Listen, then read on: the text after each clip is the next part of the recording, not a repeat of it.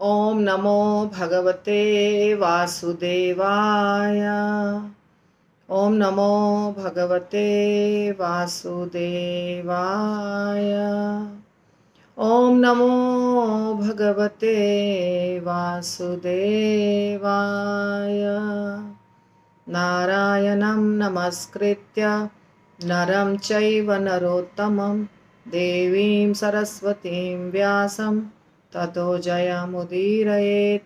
नष्टप्रायेषु भद्रेषु नित्यं भागवत सेवया भगवतीरुत्तमश्लोके भक्तिर्भवति नैष्ठिकी। कृष्णाय वासुदेवाय देवकीनन्दनाय च नन्दगोपकुमाराय गोविन्दाय नमो नमः। जय श्री कृष्ण चैतन्य प्रभु नित्यानंद श्री अद्वैत गदाधर शिवासादि गौर भक्त वृंद। हरे कृष्णा कृष्णा कृष्णा हरे हरे, हरे राम राम राम हरे हरे। जय श्री कृष्ण चैतन्य प्रभु नित्यानंद श्री अद्वैत गदाधर शिवासादि गौर भक्त वृंद। नमः विष्णुपादाय कृष्ण प्रेष्ठाय भूतले श्रीमते भक्ति वेदांत स्वामी नित्य नाम। नमस्ते सारस्वती देवी गौरवाणी प्रचारिणे निर्विशेष शून्यवादी पाश्चात्य देश तारिणे। जय श्री राधा कुंज बिहारी भगवान की जय। वृंदावन चंद्र भगवान की जय। गौरनिताई भगवान की जय। जगन्नाथ बलदेव सुभद्रा सुदर्शन भगवान की जय। बालाजी भगवान की जय। पूर्ववर्ती आचार्य वृंद की जय। वर्तमान आचार्य वृंद की जय। गौड़ीय भक्त वृंद की जय। अनंत कोटि वैष्णव वृंद की जय। निताई गौतमानंद हरि हरि बोल। तो हमारा जो श्लोक चल रहा था श्रीमद् भागवतम का, वो है पहला स्कंद 9वां अध्याय 39वां नंबर श्लोक। तो हमने उसका आधा वर्णन किया था, पूरा नहीं हो पाया था। वो ये था कि भीष्म पितामह कह रहे हैं कि भगवान श्री कृष्ण पर मेरा पूरा चरम आकर्षण हो। कौन से रूप के ऊपर? जब भगवान सारथी बने हुए, एक हाथ में उन्होंने चाबुक लिया हुआ है और एक हाथ में रस्सी, घोड़े की लगाम जिसको कहते हैं, लगाम, और रथ हाँक रहे हैं। तो ये जो दर्शन था, ये जो दर्शन भीष्म पितामह ने किया था, उसको याद कर रहे हैं और फिर उसके ऊपर अपना ध्यान केंद्रित करना चाह रहे हैं। जैसे कि हम प्रार्थना करते हैं, ओम नमो भगवते वासुदेवाय। तो इसका मतलब वसुदेव जी के पुत्र कृष्ण, उनको हम नमस्कार कर रहे हैं। तो जब भी हम भगवान को नमस्कार करते हैं या हम सोचते हैं भगवान के बारे में, तो एक खास रूप के बारे में सोचते हैं, जहाँ हमने देखा है या पढ़ा है या कथा सुनी है। तो वो जो रूप होता है ना, सारा रूप अलग अलग मतलब रखता है, मीनिंग रखता है। तो यहाँ पे भीष्म पितामह, जैसा प्रभुपाद ने पहले भी बताया कि भीष्म पितामह वीर रस में है, और भीष्म पितामह युद्ध का जितना भी सीन है, जिस समय भगवान जो भी लीला कर रहे हैं, उन सब लीलाओं को, वो रूप को याद करके और चाह रहे हैं कि उसके ऊपर मेरा ध्यान केंद्रित हो। मृत्यु के समय और कुछ ना सोचूं, सिर्फ कृष्ण के बारे में सोचूं और कृष्ण के विशेष रूप के बारे में चिंतन करता रहूं। तो ये जो रूप है, ये भगवान का जो भगवद गीता के ऊपर रहता है, सारथी वाला रूप। अर्जुन बैठे हैं रथ पे और भगवान एक हाथ में घोड़े का सारा, 5 घोड़े का लगाम लिए हुए हैं, एक हाथ में चाबुक लिए हुए हैं, तो चला रहे हैं रथ को। तो इसके लिए श्रील प्रभुपाद ने बहुत सुंदर वर्णन किया है। हमने यहाँ तक देखा था हमने 6-7 लाइन देखा था वर्णन, उसके बाद नहीं देखा था। तो अंतिम लाइन जो है उसमें क्या कह रहे हैं प्रभुपाद, कह रहे हैं कि योगी और भक्त जो होते हैं ना, उनका दोनों की जो चेतना होती है वो अलग होती है। जैसे योगी जो होते हैं वो टेक्निकली वो यांत्रिक तरीके से अपने मन को एकाग्रचित्त करते हैं, अपने मन को कंसंट्रेट करते हैं, समाधि, जैसा कि हमने देखा भी ना भगवत गीता में, अष्टांग योग। अष्टांग योग यानी 8 स्टेप्स होते हैं, जिससे कि व्यक्ति धीरे धीरे धीरे धीरे अंत में भगवान के विचार में लीन होता है, जिसको समाधि कहते हैं। या उसके पहले धारणा या ध्यान, या जो 2-3 स्टेप है, उसके पहले शरीर का शुद्धिकरण, इंद्रियों का शुद्धिकरण, मन का शुद्धिकरण, ये सब चलता है। मतलब धीरे धीरे योगी अपने मन को भगवान के या परम सत्य के या जो भी रूप है, परमात्मा रूप, ब्रह्म रूप, उसके ऊपर अपने मन को केंद्रित करता है। जैसे कुछ बच्चे खास करके कहते हैं कि माता जी मन जो है ना पढ़ाई में लगता नहीं है, बहुत देर तक हम बैठ के पढ़ नहीं सकते हैं, तो कुछ बताइए कैसे मन एकाग्रचित्त होगा। तो हमारे जो प्रीचर वगैरह है ना वो भी बहुत स्मार्ट हैं, खास करके वो लड़के जो स्टूडेंट्स को प्रीचिंग करते हैं, वो कहते हैं माला करो तो मन एकाग्रचित्त होगा, यानी मन को आप कंट्रोल कर सकते हैं माला के द्वारा। सही बात है, माला के द्वारा या ऐसी बहुत सारी चीज़ें हैं जिससे मन को वश में किया जा सकता है। परंतु ये जो मेडिटेशन होता है, ये जो अष्टांग योग होता है, ये टेक्निकल तरीका है। धीरे धीरे, या जो प्राणायाम हमने वो भी देखा ना, पूरक, रेचक, कुंभक, इन सब चीज़ों से मन को, जैसे मन को नासिका के ऊपर एकाग्रचित्त कर सकते हैं, यहाँ भ्रू मध्य, यहाँ एकाग्रचित्त कर सकते हैं। ऐसे अलग अलग स्थानों पर एकाग्रचित्त किया जाता है, देखा जाता है, एक पॉइंट के ऊपर बहुत देर तक देखते हैं। तो ऐसे टेक्निकली सीखते हैं और फिर भगवान के ऊपर अपने ध्यान को एकाग्रचित्त करते हैं। वो होता है योगी की विधि। परंतु भक्त की विधि वैसी नहीं होती है। भक्त की विधि नेचुरल, नैसर्गिक शुद्ध प्रेममय। अर्थात भक्त जब समाधि में होता है, या भक्त जब भगवान के ऊपर अपना ध्यान केंद्रित करता है, आप सोचेंगे हमारा तो ध्यान केंद्रित नहीं होता, हमने तो कोई योगा विधि सीखा नहीं है, हम तो समाधि में नहीं है, क्या करें। नहीं, भक्त का नेचुरल होता है। नेचुरल किसको कहते हैं? जैसे अपने आप स्वतः भक्त उस चेतना में हो जाता है, उसको टेक्निकली कुछ नहीं करने की आवश्यकता होती है, उसको सिर्फ और सिर्फ भगवान की सेवा करनी होती है। भक्तों की सेवा, भगवान की सेवा, बड़े बड़े आचार्य और वैष्णवों की सेवा, छोटे भक्तों की सेवा, सिर्फ सेवा और सेवा का विचार। सेवा करने के पहले सेवा का विचार दिमाग में आता है, इतना बजे राजभोग सेवा में जाना है, इतना बजे मंगल आरती में जाना है, इतना बजे हमको गुरु महाराज बुलाए हैं, तो पहले विचार आता है, उसके बाद हम तैयार होकर दौड़ के जाते हैं। तो ये सारे प्रोसेस में ध्यान भगवान के ऊपर लगा रहता है, भगवान के ऊपर या गुरु के ऊपर या वैष्णव सेवा के ऊपर ध्यान लगा रहता है। तो ये क्या होता है, नेचुरल लगता है, हम कोई टेक्निक नहीं कर रहे हैं, नेचुरली, और उसमें प्रेम रहता है। प्रेम के कारण ही हम सेवा कर पाते हैं। पहले सेवा करते हैं, सेवा से प्रेम उत्पन्न होता है, फिर थोड़ा सा प्रेम करते हैं, फिर सेवा और करने की इच्छा होती है, यानी प्रेम भी बढ़ता जाता है, सेवा भी बढ़ते जाती है, प्रेम भी बढ़ता जाता है, सेवा भी बढ़ती जाती है। आज हम जाते हैं, हम भगवान के लिए कुछ चीज़ बनाते हैं, मान लीजिए मिठाई बनाते हैं भगवान के लिए, हार बनाते हैं, कपड़े सिलते हैं, कोई भी सेवा करते हैं भगवान की। फिर हम किसी भक्त के घर जाते हैं, फिर वहाँ देखते हैं, वाह, यहाँ तो भगवान बहुत सुंदर तरीके से सजे हुए हैं।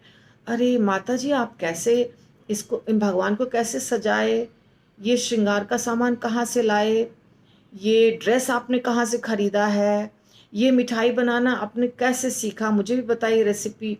ऐसे करके आप क्या करते हैं, उसको बेटर करने की कोशिश करते हैं कि मेरे भी भगवान सुंदर दिखे, मेरा ऑल्टर भी सुंदर दिखे, है ना, मेरी मिठाइयाँ बहुत अच्छी बने, टेस्टी बने, हम मालपुआ भगवान के लिए बनाए, वहाँ जैसा खाया था वैसा बनाया। देखिए माधवेंद्रपुरी, माधवेंद्रपुरी अमृत केली चखना चाह रहे थे। क्यों चखना चाह रहे थे अमृत केली?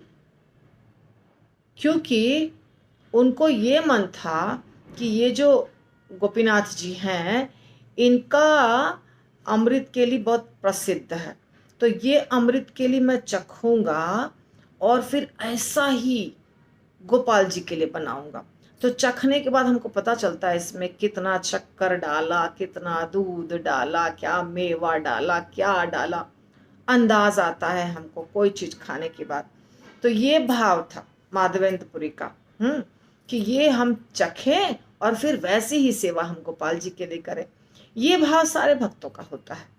आप कहीं जाते हैं और जब देखते हैं अरे बहुत सुंदर है ये ड्रेस, आ हा हा, ये तो मेरे, मैं अगर कहीं देखती हूँ किसी दूसरे, अभी इस्कॉन में तो भगवान को बहुत अच्छा सजाते ही हैं, लेकिन किसी दूसरे जगह जाते हैं और वहाँ पर देखते हैं कोई श्रृंगार, तो ज़्यादा सुंदर श्रृंगार इस्कॉन में ही दूसरे मंदिर में, तो लगता अरे हमारे मंदिर में इतना सुंदर श्रृंगार नहीं होता है, थोड़ा और सुंदर होना चाहिए था। या अपने घर में हम ऐसा ड्रेस बनाएंगे जैसा यहाँ पे पहने हैं भगवान ना, वैसा ही हम बनवाएंगे। ये नया डिज़ाइन आया है। तो क्या होता है, क्यों होता है? ये इसलिए होता है क्योंकि आपका प्रेम बढ़ रहा है भगवान के प्रति, तो भगवान के प्रति हमारा प्रेम बढ़ता है, और जब हमारा प्रेम बढ़ता है तो सेवा बढ़ती है, और सेवा करने से भी प्रेम बढ़ता है। तो सेवा और प्रेम दोनों लगातार बढ़ता है। तो उसमें कोई टेक्निकल ट्रेनिंग नहीं पड़ रहा है, हमें कोई ट्रेनिंग नहीं दी जा रही है, आपको इतना देर बैठना है, आपको रेचक, कुंभक, पूरक आसन करना, ये प्राणायाम करना है, या आपको पर्टिकुलर आसन करना है, ऐसा कोई नहीं है, कुछ भी नहीं है। स्वतः नेचुरल, स्वतः, जैसे आजकल बोलते हैं ये नेचुरली ग्रोन वेजिटेबल्स है, नेचुरली ग्रोन फल है, इसमें कोई खाद नहीं है, मिलावट नहीं है, वैसे ही नैसर्गिक नैसर्गिक प्रेम होता है भक्तों के बीच में। तो भक्त समाधि में रहते हैं। भक्त की समाधि ऐसी ही होती है। भक्त की समाधि ऐसी नहीं होती है एक जगह पालथी मार के बैठ गए और समाधि में, नहीं। भक्त के चेतना में 24 घंटे कृष्ण घूमते हैं। कृष्ण सेवा, वैष्णव सेवा, गुरु सेवा, ठीक है, इसी को कहते हैं समाधि। तो भीष्मदेव शुद्ध भक्त थे और सेना नायक के रूप में वे निरंतर पार्थ सारथी के रूप में भगवान के युद्ध क्षेत्र वाले स्वरूप का स्मरण कर रहे थे। अतएव पार्थ सारथी के रूप में भगवान की लीला भी शाश्वत है। आप समझिए, अभी नया पहलू आपको सुनने मिलेगा, नया पहलू सुनने मिलेगा जो प्रभुपाद बता रहे हैं हम लोगों को। शायद अगर आप ध्यान से पढ़े होंगे तो आप भी पढ़े होंगे, नहीं अगर पढ़े होंगे तो अभी सुन लीजिए। पार्थ सारथी के रूप में भगवान की लीला भी शाश्वत है। आगे कहते हैं श्रील प्रभुपाद, भगवान की लीलाएं कंस के कारागार में अपने जन्म काल से लेकर मौसल लीला तक समस्त ब्रह्मांडों में एक एक करके उसी प्रकार चक्कर लगाती है जिस प्रकार घड़ी की सुइयां एक बिंदु से दूसरे बिंदु तक चलती जाती है। पहले भी बताया है मैंने ये चीज आप लोगों को, पर फिर और क्लियर कर रही हूँ यहाँ पे, अगर ध्यान नहीं दिया होगा तो। क्या यहाँ बता रहे हैं श्रील प्रभुपाद, जैसे घड़ी, हमारे पास घड़ी है, घड़ी की सुई कैसे चलती है? अगर 12 बजे से शुरू हुई, धीरे धीरे धीरे धीरे 1 2 3 4 5 6 7 8 9 10 11 12, फिर 12 पे पहुंच के फिर 1 2 3 4 गोल गोल गोल गोल गोल गोल गोल गोल चलती रहती है ना। वैसे ही प्रभुपाद कह रहे हैं कि भगवान ने जन्म लिया देवकी और वसुदेव के घर में, यानी कि उनके बच्चे के रूप में, और समाप्त हुई उनकी लीला जब उनको तीर लगा, मौसल लीला। हाँ, मौसल लीला यानी मूसल से जो लड़ाई किया था, भगवान के बच्चे लड़े थे और सब मर कट गए। फिर बाद में भगवान ने सब लीला समाप्त कर दी, खुद भी चले गए। तो ये अंतिम लीला हुई, मौसल लीला। हाँ, ऋषि का श्राप मिला था बच्चों को। ये लीला का वर्णन अभी नहीं करूंगी, आप समझ गए होंगे। तो ये द्वारका के जो बच्चे थे सब भगवान के पुत्र पौत्र जो भी थे वो सब आपस में ही लड़ झगड़ के समाप्त हो गए। ठीक है। और जब वो सब समाप्त हो गए तो फिर भगवान भी चले गए और भगवान अपने पार्षदों, जो बचे हुए थे पार्षद, उनको भेज दिए। जैसे उद्धव जी को भेज दिए, राधा रानी को उन्होंने पहले ही भेज दिया था कृष्ण के जाने के पहले।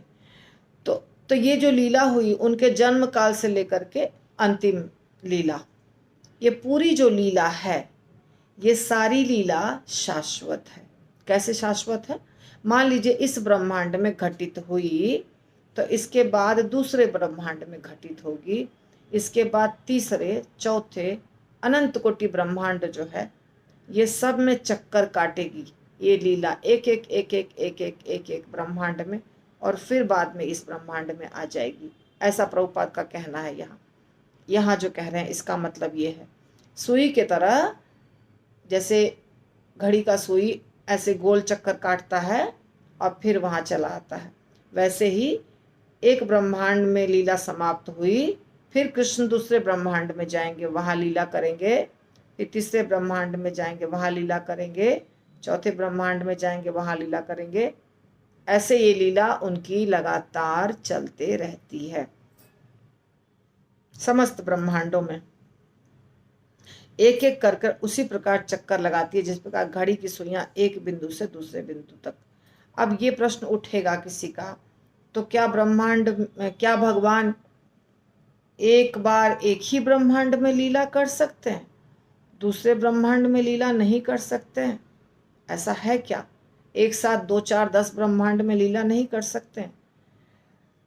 तो एक बात और बताई गई है कि भगवान ब्रह्मा जी के एक कल्प में सिर्फ एक बार आते हैं। ठीक है ना, ये बात बताई गई है। परम पूर्ण पुरुषोत्तम भगवान कृष्ण पूरे ब्रह्मा जी के एक दिन में, दिन को कल्प कहा जाता है, एक कल्प में एक ही बार भगवान कृष्ण आते हैं और एक ही बार चैतन्य महाप्रभु आते हैं, परम पुरुषोत्तम भगवान कृष्ण। तो हम ये समझ सकते हैं कि एक बार आने के बाद जो समय है उसमें दूसरे के पास दूसरे ब्रह्मांड में लीला हो सकती है। इस प्रकार जब वो सब ब्रह्मांड में लीला हो जाएगी तो फिर से इस ब्रह्मांड में एक बार लीला हो जाएगी, ऐसा भी इसका मतलब हो सकता है। पर यहाँ यही लिख रहे हैं, ऐसा नहीं लिख रहे हैं कि एक ही साथ दूसरे ब्रह्मांड में भी लीला चल रही है। लीलाएं चलती हैं और कृष्ण रूप में भी चल सकती हैं, परंतु परम पुरुषोत्तम भगवान के बारे में ऐसा बताया गया है यहाँ पे कि समस्त ब्रह्मांडों में एक एक करके चक्कर लगाती है, घड़ी के सुई की तरह चक्कर लगाती है। ठीक है। और ऐसी लीला में पांडव और भीष्म जैसे उनके पार्षद नित्य उनके संगी रहते हैं। और ये भी कह रहे हैं प्रभुपाद कि ये जैसे यहाँ पे पांडवगण थे, भीष्म पितामह थे, वैसे भीष्म पितामह और पांडव दूसरे ब्रह्मांड में भी रहते हैं भगवान के साथ। इस तरह भीष्मदेव पार्थ सारथी के रूप में भगवान के सुंदर स्वरूप को, जिसे अर्जुन भी नहीं देख पाया, कभी नहीं भुला पाए। अर्जुन पार्थ सारथी के पीछे थे और भीष्मदेव उनके बिल्कुल सामने थे। जहाँ तक भगवान के सैनिक वेश का संबंध है, भीष्मदेव ने इसे अर्जुन की अपेक्षा अधिक रुचि से देखा। तो यहाँ कह रहे हैं प्रभुपाद कि ये जो स्वरूप है भगवान का, तो भीष्म पितामह जैसे भक्त है ना वैसे ही भक्त रहेंगे, चाहे वो किसी ब्रह्मांड में चले जाए। यानी वो योद्धा है तो योद्धा रहेंगे। तो योद्धा के रूप में भगवान के साथ भीष्म पितामह हमेशा अगर यही लीला कर रहे हैं तो ये जो रूप है उनका उनके दिमाग में समा गया है, भगवान का रूप। और प्रभुपाद एक बात क्या कह रहे हैं कि अर्जुन तो भगवान के पीछे था, भगवान आगे रथ चला रहे हैं, अर्जुन तो पीछे खड़ा है, युद्ध कर रहा है। लेकिन भीष्म पितामह सामने खड़े हैं भगवान के, क्योंकि भीष्म पितामह विपक्ष में थे, तो विपक्ष का योद्धा सामने होता है। तो भीष्म पितामह ज्यादा अच्छे से भगवान को देख पा रहे थे, उस रूप को अपने हृदय में। कोई व्यक्ति सुंदर लगता है, यदि कोई व्यक्ति भी सुंदर लगता है, भगवान नहीं, कोई साधारण व्यक्ति भी सुंदर लगता है, तो उसकी छवि हमारे दिमाग में बस जाती है हमेशा के लिए, है ना। सुंदर रूप, सुंदर बोली, विचार, कुछ भी। कभी कभी मुझे किसी किसी व्यक्ति की बात याद आती है, एक सेंटेंस, और वो बात को 40 साल हो चुका है, 50 साल हो गया है, पर वो एक सेंटेंस याद है अभी तक। उस व्यक्ति ने ये बात बोला था, उस स्थान पर ये बात बोला था। ऐसा आपके जीवन में भी होता होगा। कोई कोई चीज हमारे हृदय को छू जाती है, या वो ऐसी चीज बोलता है जो आपको पूरे जीवन काम देता है। उसका एक लाइन आपको पूरे जीवन मदद करता है। बार बार वो चीज याद आती है, उसने कितनी अच्छी बात कही थी। वो व्यक्ति से आप फिर कभी नहीं मिले। जैसे एक एग्जाम्पल, एक डॉक्टर के पास मैं गई थी, बहुत साल पहले की बात है, मतलब 35 साल, करीब 35 से भी ज़्यादा, 36-37 साल हो गया होगा, या 38 भी हो गया होगा। मेरा बेटा, मतलब शायद उसका सिर्फ जन्म हुआ था, कुछ महीने का था, ऐसा कुछ, साल भर भी नहीं हुआ था, या तो साल भर से भी कम का था, या तो साल भर का था बस। और मुझे बीमारी हो गई थी, कुछ प्रॉब्लम हो गया था, तो मैं डॉक्टर के पास गई थी। तो डॉक्टर, उस समय तो उम्र कम थी, फिर भी मेरी पाचन शक्ति शुरू से ही खराब है। तो डॉक्टर ने बोला, सिंपल, बेटा बेटा करके बोल रहा था। अब डॉक्टर तो बूढ़ा था, मैं तो उस समय बहुत कम उम्र की थी। तो बोला, मैं बोली क्या खाना चाहिए, क्या नहीं खाना चाहिए, ऐसा क्वेश्चन पूछा। तबीयत खराब है तो क्या खाना चाहिए। डॉक्टर ने बोला, चेक कर लिया, पूरा सब कुछ चेक कर लिया, जो भी होता है ना, पैथोलॉजिकल टेस्ट। फिर बोला, जो पचता है सिर्फ वही खाओ, बस जो तुमको आराम से पचता है सिर्फ वही खाओ। ये नहीं कि ये खाने से ज़्यादा शक्ति मिलेगी, वो खाना चाहिए, लोग बोलेंगे ये खाना चाहिए, नहीं, जो पचता है बस वही खाओ। ये लाइन मुझे अभी तक याद आती है कि डॉक्टर ने कितना अच्छी बात कही थी कि जो पचता है सिर्फ वही खाओ। बहुत एक्सपीरियंस डॉक्टर था, पटना का। कभी नहीं मिली उसके बाद, हो गया, इतनी पुरानी घटना है। पर वो जेन्युइन व्यक्ति, जो पहले के ज़माने के डॉक्टर जेन्युइन होते थे। अभी तो लूट मची है मेडिकल लाइन में, तो वैसा नहीं होता था। तो जो आपको आपके जीवन में कोई व्यक्ति मिल जाता है, जिसको हम गुरु कहते हैं। गुरु किसको कहते हैं? जिसने कोई ऐसी बात कही है, आपको कोई ऐसी शिक्षा दी है। जैसे मैं आपको बताती हूँ एक और एग्जाम्पल। मेरी मम्मी काली माता की पूजा करती थी, दुर्गा माता की, काली माता की। तो उसके बाद हम लोग जब एक बार गांव गए थे, गांव मतलब मेरे दादाजी का गांव, पापा का जन्म स्थान, तो वहाँ पे मम्मी को एक सहेली, जो हमारे फैमिली की एक दूसरी लेडी ने कहा कि आप पूजा तो करते हैं, बहुत सारा पूजा करते हैं, धार्मिक हैं, पर गुरु मंत्र लिया क्या? मम्मी ने बोला, पता नहीं, नहीं गुरु मंत्र क्या होता है। नहीं नहीं, चलिए, गुरु मंत्र लेना बहुत ज़रूरी है, गुरु मंत्र नहीं लेंगे तो सिद्ध नहीं होगा, गुरु मंत्र सीख लेना ज़रूरी है, गुरु बनाना जरूरी, चलिए चलिए, ऐसे करके मम्मी को ज़बरदस्ती लेकर के वो गई। और साथ में मैं भी थी, मुझे याद है, मैं भी थी साथ में। तो हम लोग तीनों गए। तो जब मम्मी उनको प्रणाम करने के लिए झुकी, याद है मुझे अभी तक सीन, मम्मी जब प्रणाम करने, पहली बार मिल रही है उनसे, वो साधु थे, अयोध्या के साधु थे, रहते थे हमारे गांव में। तो जब उनको प्रणाम करने के लिए झुकी तो वो पीछे हट गए। तब मुझे बुरा लगा, ये आदमी प्रणाम क्यों नहीं करने दिया, पीछे क्यों हट गए। अब लगता है कि वो बहुत अच्छे वैष्णव थे, इसीलिए पीछे हट गए। कोई स्त्री क्यों छुए ना किसी व्यक्ति को, हमारे गुरु महाराज भी नहीं किसी स्त्री से पैर छुआते हैं, ये एक कारण है, और भी कारण होते हैं। तो वो पीछे हट गए थे, ये मुझे याद है। उसके बाद की बात मुझे याद नहीं है, उसके बाद की बात मम्मी को याद है, या तो मुझे थोड़ी बहुत याद है। तो मम्मी ने कहा मैं काली माता की पूजा करती हूँ, दुर्गा माता की पूजा करती हूँ, तो मुझे आप वही मंत्र दीजिए। ऐसा बोला मम्मी ने मेरी, हाँ, मेरे सामने की बात है। तो उन्होंने कहा आज के बाद जो मैं बोलता हूँ वो करना पड़ेगा, जो मैं बोलता हूँ वो करो। और उन्होंने मम्मी को राम मंत्र दे दिया। दीक्षा हो गई मम्मी की, पहली बार मिली और उन्होंने मंत्र दे दिया, राम मंत्र, दीक्षा हो गई। तो ठीक है, हो गई दीक्षा। अब मम्मी तो जानती नहीं थी, लेकिन मम्मी को ये समझ में आ गया कि ये हमारे गुरु हो गए, आज से ये हमारे गुरु हो गए। शुरू कर दिया राम मंत्र का जप करना। धीरे धीरे समय बीतता गया, समय बीतता गया, समय बीतता गया। अभी मुझे तो कुछ नहीं, हमारी लाइफ अलग है। मम्मी एक बार गई साथ में, मैं गई, चली आई।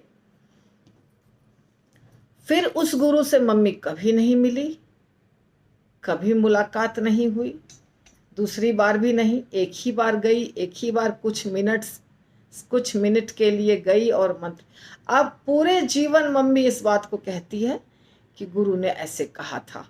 और वो जो स्त्री लेकर के गई वो हमारे आंगन की ही, मतलब घर की फैमिली मेंबर की ही लेडी थी। अभी आप बताइए उसने कितना अच्छा काम किया। और वो गुरु कब का गुजर चुके हैं। और हमारी मम्मी कहती है, मेरी मम्मी, मेरे गुरु जहाँ गए हैं वहाँ मैं जाऊँगी, मेरी जब मृत्यु होगी तो मैं वहाँ जाऊँगी। तो देखिए एक व्यक्ति, और धीरे धीरे मम्मी की सारी आदत छूट गई, मतलब एक चाय पीती है बस और सब आदत छूट गई। तो ये भी एक्सपीरियंस हुआ है। कहती है मम्मी की वैष्णव मंत्र लेना चाहिए, ये सब छोड़ दिया, दुर्गा काली पूजा सब बंद कर दिया, सिर्फ और सिर्फ राम का मंत्र जपती है और भागवतम सुनती है और भागवतम पढ़ती है और रामायण पढ़ती थी पहले, अभी अभी अभी नहीं। तो ये कितना बड़ी बात है, ये इतनी बड़ी बात है कि कुछ मिनट के लिए कोई आदमी मिलता है आपसे और पूरे जीवन के लिए आप उसकी बात को याद रखते हैं कि उन्होंने कितनी बड़ी बात कही थी, कितनी अच्छी बात कही। इसको कहते हैं संत, इसको कहते हैं अच्छा व्यक्ति, इसको कहते हैं सत्पुरुष। तो हम जब किसी से मिलते हैं तो हमें बहुत मतलब इम्पॉर्टेंट बात मैं आपको कह रही हूँ, अगर आप समझना चाहते हैं तो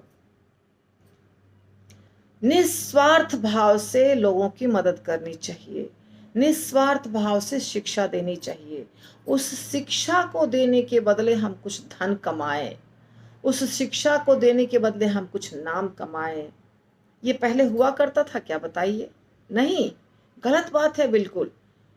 गुरु का धर्म है लोगों को ज्ञान देना, शास्त्रों की बात बताना, उसके बदले धन मेरे पास आए, यूट्यूब चैनल खोलें उसमें लाखों लाख रुपया हमारे पास आए, भागवत सप्ताह करें वहां बैठ करके और उसमें पैसा आए। ये पहले के गुरु का विचार बिल्कुल नहीं था। माधवेंद्रपुरी जब वहां रुके थे, जो स्थान है गोपीनाथ जी का जो मंदिर था, तो गोपीनाथ जी खीर चोरी किए, उनके बारे में ये कथा आपको मालूम है। रेमुना में खीर चोरी किए, ला करके रात में पुजारी ने दिया, कौन है माधवेंद्रपुरी किधर है। माधवेंद्रपुरी खीर तो खाए और छोड़ दिए वो स्थान तुरंत कि अगर मैं यहाँ रुका, सबको पता चल गया है, सुबह हल्ला हो जाएगा और लोग मेरे पीछे पड़ जाएंगे, हमको सब बहुत सम्मान देंगे और मेरा जो ध्यान साधना माला जप सब बर्बाद हो जाएगा। इस स्थान को तुरंत छोड़ो। रात को ही उठ के चले गए, वहां से आगे बढ़ गए, उनको जाना था मलय पर्वत पर चंदन लाने के लिए। तो प्रसिद्धि के लिए और पैसा के लिए अगर कोई व्यक्ति प्रचार करता है नाम, भगवान के नाम का, रूप का, गुण का, लीला का, तो क्या मिलेगा उसको, बताइए? प्रसिद्धि तो मिल जाएगी, पैसा भी मिल जाएगा, भक्ति नहीं मिलेगी, शुद्ध भक्ति नहीं मिल सकती है। असंभव, असंभव। आप बिल्कुल भी फेमस होने के बारे में मत सोचिए। अगर कोई सोचता है हम फेमस हो जाए, खत्म। कोई भी व्यक्ति, शुद्ध भक्त जो होते हैं, वो नाम और प्रतिष्ठा के लिए कुछ कार्य नहीं करते हैं। रूप गोस्वामी, सनातन गोस्वामी, रघुनाथ दास, रघुनाथ भट्ट, भक्ति विनोद ठाकुर, ये सारे जो गोस्वामीज थे, किसने अपने नाम के लिए प्रचार किया बताइए? न नाम के लिए, न धन के लिए। नाम और धन के लिए आजकल चल रहा है, ये ट्रेंड चला है आजकल। प्रवचन भी देंगे, उसमें भी पैसा कमाएंगे। बहुत गलत बात है, बहुत गलत बात। मतलब बहुत बहुत बहुत गलत। कभी भी किसी को भी शुद्ध भक्ति नहीं मिल सकती है इस तरीके से। यदि किसी के दिमाग में ये चल रहा है, उसको तुरंत निकालो। ये बहुत बड़ा माया का जाल है, माया के जाल में हम फंस रहे हैं।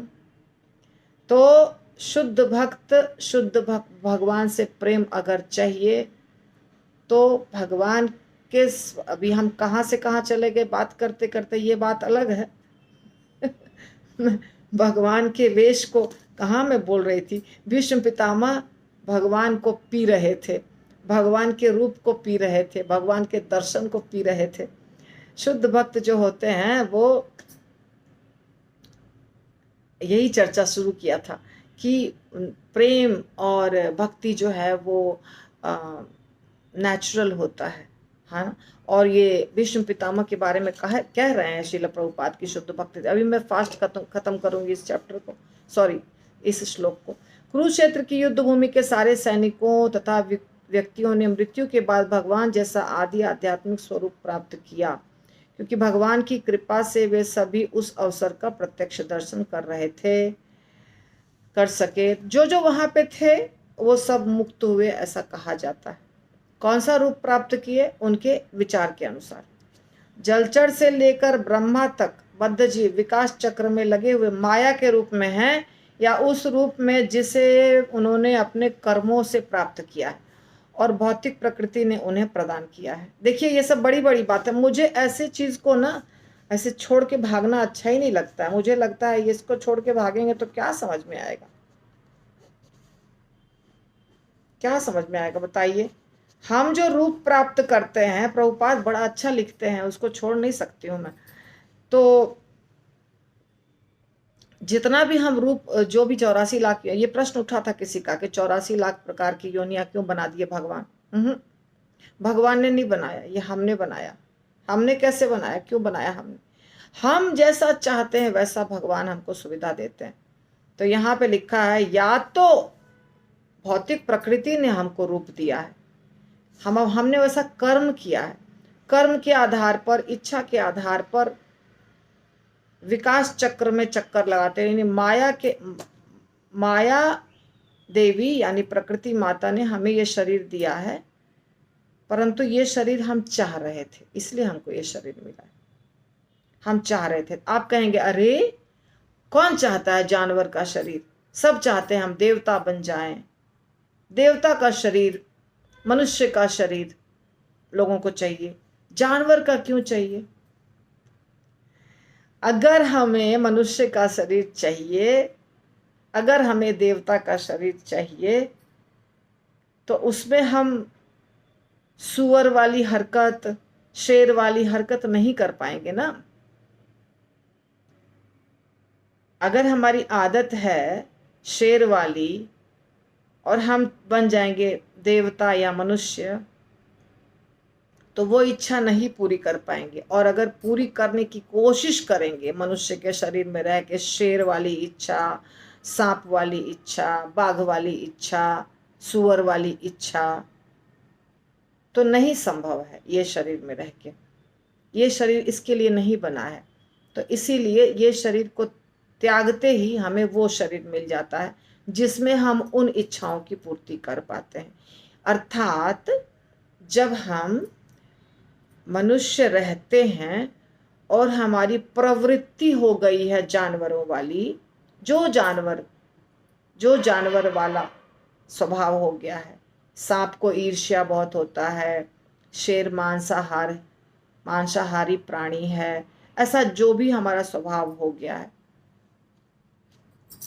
अर्थात हमने अपने आप को वैसे चेतना में ढाल लिया कि अब हमको शेर वाला शरीर मिलेगा तो ही हमारी इच्छा पूरी होगी, सांप वाला शरीर मिलेगा तो ही हमारी इच्छा पूरी होगी, पेड़ वाला शरीर मिलेगा तो ही हमारी इच्छा पूरी होगी। इसीलिए अगला शरीर वैसा बन जाता है। ये हमने बनाया है, ये भगवान ने। आज भी पूरा नहीं हुआ क्योंकि मैं कितना बोलूं, अभी इतने सारे लाइन है, पता नहीं क्या क्या इंपॉर्टेंट आ जाएगा, तो उसको छोड़ के आगे नहीं भाग सकती हूँ मैं। तो इसलिए हमें कल मैं यहीं से शुरू करूँगी क्योंकि ये बहुत इम्पोर्टेंट चल रहा है ना। इसलिए देखिए ऐसे फटाफट मजा करते करते करते करते आगे निकल गए, और भीष्म पितामह ने जितना बोला उतना मैं 5-5 मिनट में एक्सप्लेन कर दी, तो बहुत जल्दी भाग जाएंगे। लेकिन ये सारा जो प्रश्न है ना, ये सारे भक्तों के दिमाग में घूमता रहता है, इसलिए इसका उत्तर बताना बहुत आवश्यक है। हमको क्यों मनुष्य का शरीर नहीं मिलता है, हम क्यों कुत्ता बिल्ली बन जाते हैं, हम क्यों सुअर बन जाते हैं, हम क्यों शेर बन जाते हैं, ये बहुत लोगों का प्रश्न है, ठीक है ना। तो ये इसका उत्तर यहाँ है।